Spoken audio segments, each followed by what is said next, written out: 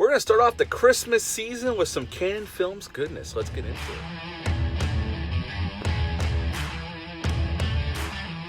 Hey, welcome back to my channel. Hope everyone is doing well out there. And that's right, we are going to kick off the Christmas season with some Canon Films goodness. Yes, your life is always better with some Canon Films in it. If you've never seen any Canon Films, I highly recommend them. They were low-budget action movies and horror films in the 80s. Some of them are really, really bad. I won't pretend like they're all gold, but there are some nuggets of gold in there, and you'll thank yourself for it if you sit down and watch some of these films. Chuck Norris did a ton of films with Canon in the 80s and early 90s. So did Charles Bronson, and some of them were really well done. Yes, a little cheesy, a little over the top, but fun as hell, and that's all you can ask for. Now, this film is called Hero in the Terror, based on a novel of the same name. I believe the novel came out in 82 or 83. Matter of fact, the writer of the novel actually co-wrote the script for this film.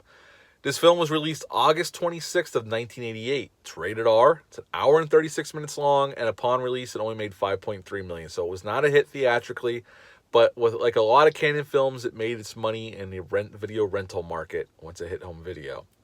In this film was directed by William Tannen, no relation to Biff Tannen from Back to the Future. I know it's a stupid joke, but I thought it was funny. Chuck Norris is Danny O'Brien in this film. He's a detective for the Los Angeles Police Department. We have Brian Thayer as Kay. She is his fiance. She is pregnant with their child, and they're about to move in together. And she also is a psychiatrist. She treated Danny because he was having trouble after his apprehension of Simon Moon, which we'll get into in just a second. Steve James is in this film as Robinson. He also did several films for Canon Pictures.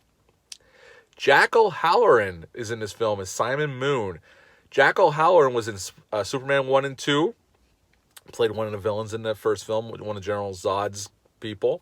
And he was Emil Muzz in Dragnet with Dan Aykroyd and Tom Hanks, which I like that film a lot. I always loved that film from the 80s. I watched it several times. Billy Drago is in this film. Is actually a good guy, Dr. Highwater. He plays a psychologist.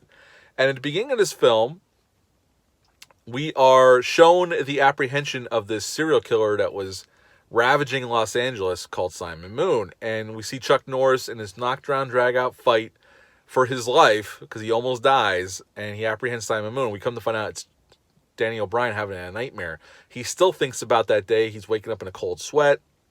And we come to find out that he did apprehend Simon Moon, and Simon Moon is in a maximum security psychiatric hospital. But it's pretty easy to break out of this goddamn place, so they better rethink that maximum security shit.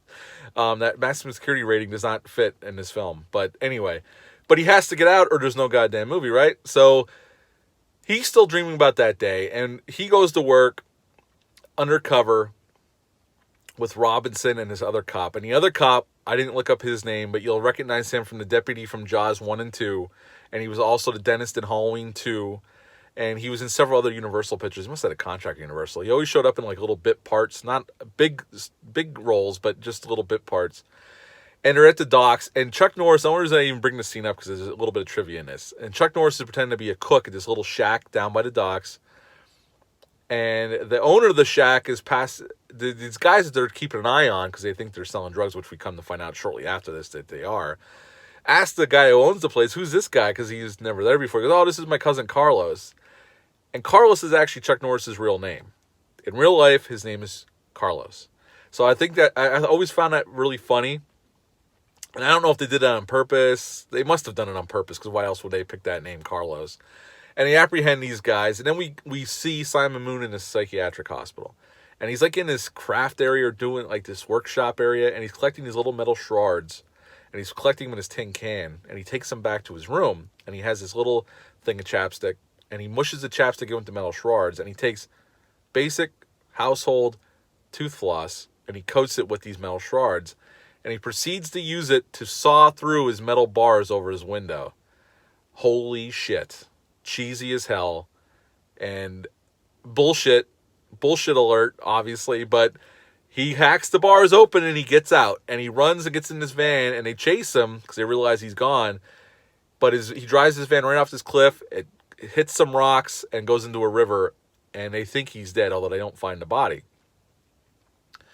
Meanwhile, we see the grand opening of this movie theater in downtown Los Angeles. It's an old theater that they spent $14 million rejuvenating. And we see that Simon Moon's back, this young girl, applies for a job, and the theater manager hires her. And before she leaves, she asks to go use the bathroom, and she does. Goes up to the woman's room. Well, Simon Moon's in this theater hanging out, and he opens this access door into the women's room that leads into these tunnels. Takes her, he kills her. Her body's not found till later on, like towards the climax of the film. But then they have the premiere of a film there, and the actress who's the star of the film is there, and she goes to use the restroom before the movie starts. And she's in there by herself, and Simon Moon shows up and takes her, and they find her body in the park across the street. He snaps her neck and mutilates her body. So now Danny thinks Simon Moon is back, and they search the theater. They can't find anything. So some of the cops think he's a little crazy, like he's just paranoid. But he talks Robinson into staking out the place. So he's going to spend the night there by himself and see if Simon Moon shows up. So he hangs his gun belt over a chair in the theater. He has his boombox. He's playing Mozart, and he's jogging around the theater. All of a sudden, the music stops, and he turns, and there's Simon Moon in the center aisle of this theater, just standing there in the shadows. And I love the setting of this film in this movie theater. The director really did a nice job of using shadow and light in this film. It's nicely shot. I got to give the man credit.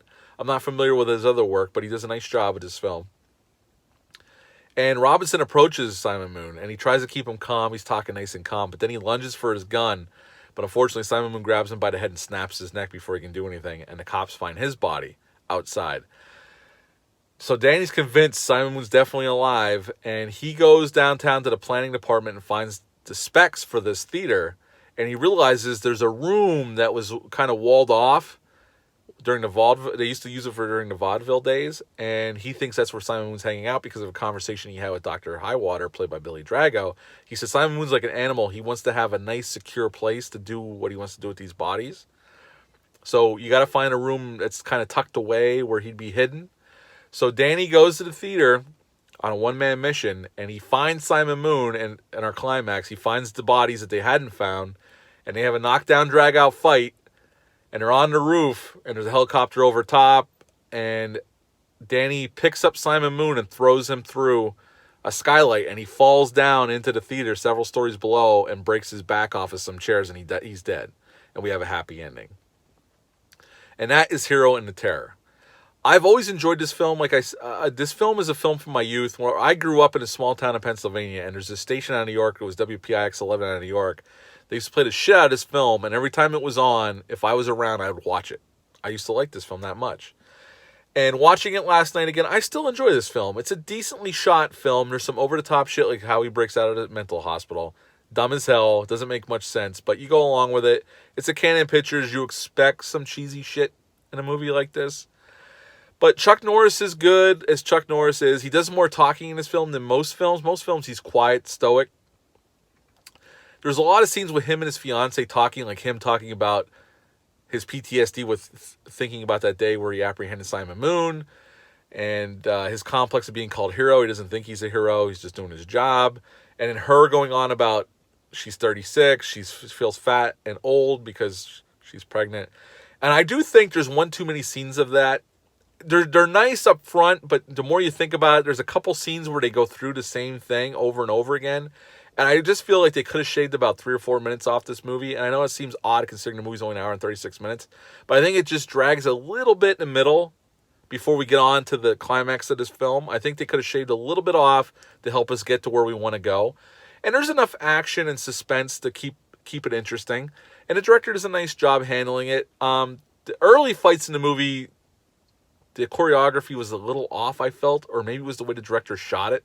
Probably more the way the director shot it, because we all know Chuck Norris is an accomplished black belt, very accomplished martial artist. So the early fight scenes feel a little off. That might have been the direction, I don't know. But as we get later, the last fight with Simon Moon and Danny O'Brien is really good. It's a sloppy, knockdown, drag-out fight for the death. But overall, I like this film. I would give it a 7 out of 10. It's not perfect.